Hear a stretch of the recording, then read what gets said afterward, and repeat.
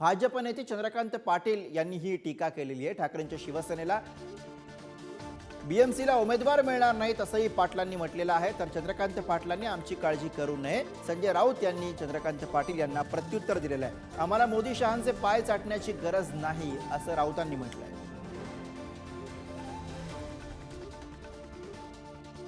तुम्ही सत्तेमध्ये नाही, तुम्हाला यायचं आहे परंतु घेत नाही, म्हणून तुम्ही किती दुस्वास करणार। रोज तुमची माणसं चालली आहेत। महानगरपालिकेच्या निवडणुका येईपर्यंत तुम्हाला लोकांना घरोघर जाऊन आग्रह करा, हे उभं राहा की रे, तर तुमचे सगळे सिटिंग लोक चालले। यायचं की नाही, घ्यायचं की नाही माझे विषय नाही। तर महानगरपालिकेला मुंबईसारख्या ठिकाणी उभं करायला माणसं मिळणार नाही।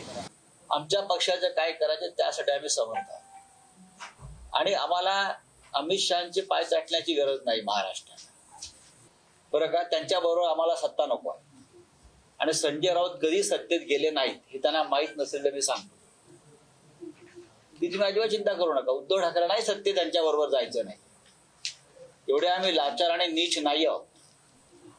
चंद्रकांत दादा पाटलांनी स्वतःची चिंता करावी।